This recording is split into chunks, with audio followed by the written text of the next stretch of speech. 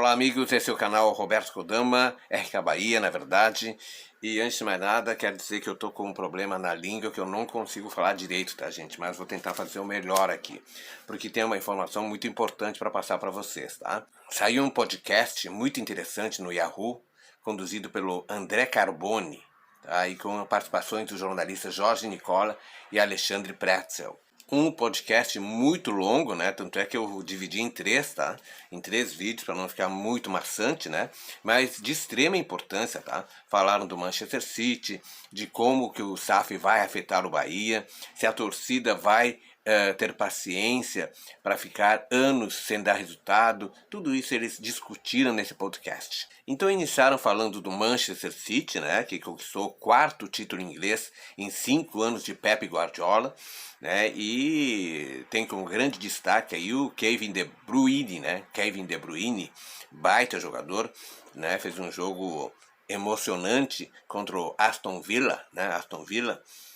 E o City ganhou aí o jogo contra o melhor Liverpool de muitos anos, tá? Pep Guardiola, que prima pela posse de bola, né? Muita infiltração, um futebol bonito, né? E muitas finalizações, tá? E a pergunta que fica, será que assim vai ser o futebol do Bahia com o Grupo City?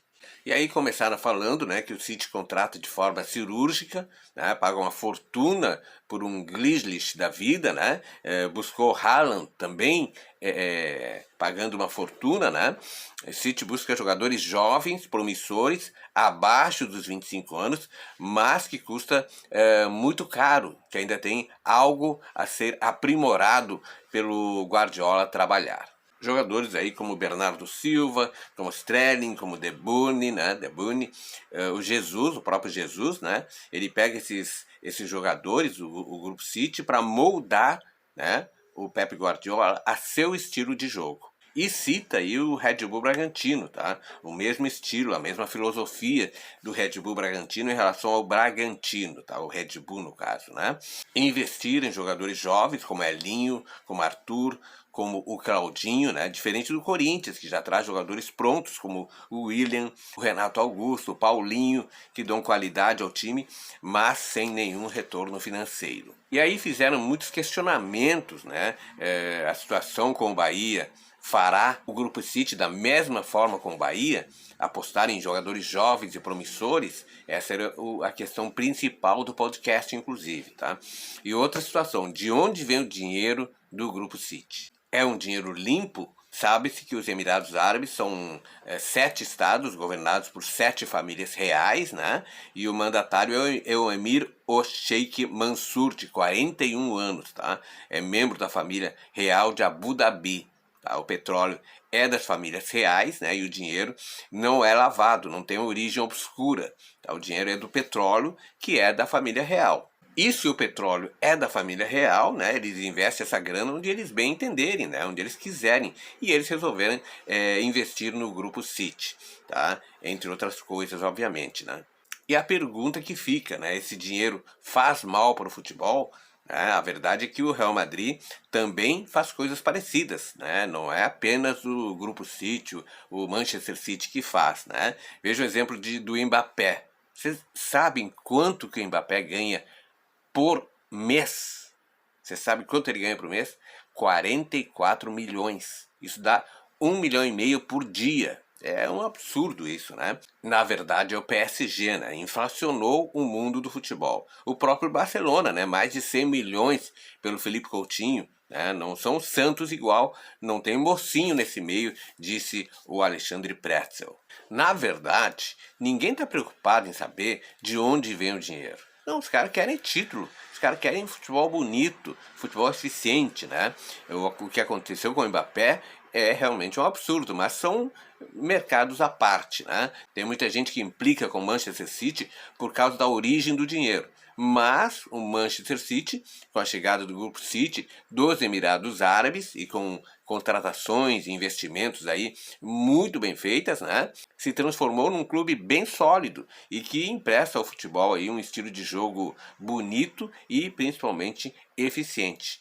E no Brasil, com a chegada da SAF, né, essa discussão vai ficar mais frequente. Veja o exemplo do Botafogo. É o caso do Botafogo, que consegue encher estádios com contratações aí que agrada, né? E a torcida está empolgada.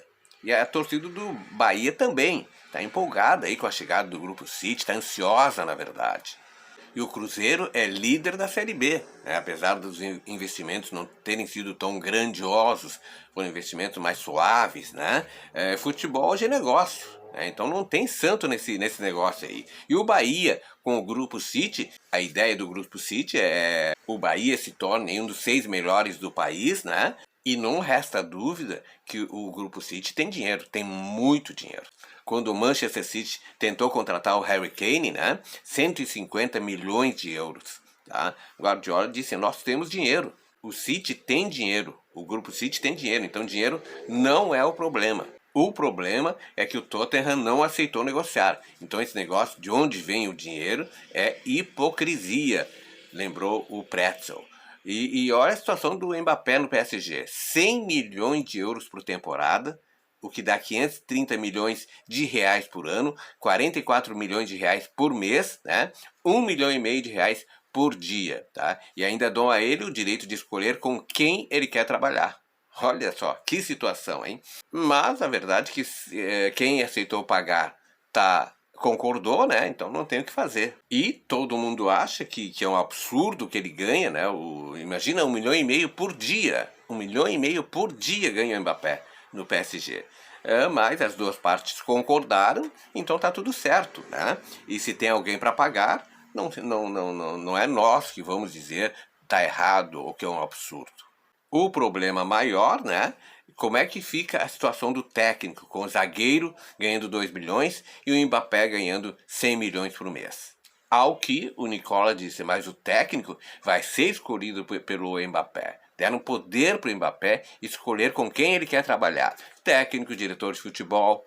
Né? Muito poder para um homem só, para um jogador só. Então, o que fica de conclusão dessa história? Que o Grupo City tem muito dinheiro. 700 milhões para eles é nada. É nada. 600 milhões que seja, é nada. E, claro que o City vai colocar mais dinheiro para o Bahia, né, com as contratações, para reforçar o time. Tá? Mas o Bahia não precisa se preocupar, porque dinheiro para o Grupo City não é problema. É a pergunta que fica. Como fica a situação do Bahia com a SAF chegando? Como a SAF vai afetar o clube diante de tanto dinheiro rolando, diante de tantas modificações surgindo? E a constatação que eles chegaram é que o Grupo City não vai mudar de uma hora para outra. Não, isso pode ser um trabalho mais demorado, mais lento, né? Não vai ser de um ano para o outro. Talvez demore 1, 2, 3 anos até. Será que a torcida do Bahia, que é uma torcida grandiosa, apaixonada, vai aguentar esperar, caso não dê resultado no primeiro ano, 2, 3 anos? Essa é a pressão que eles podem temer. Daqui a pouco eu trago mais informações, mais colocações desses dois grandes analistas, né, Jorge Nicola e o Alexandre Pretzel, para você. Já volto com a segunda parte.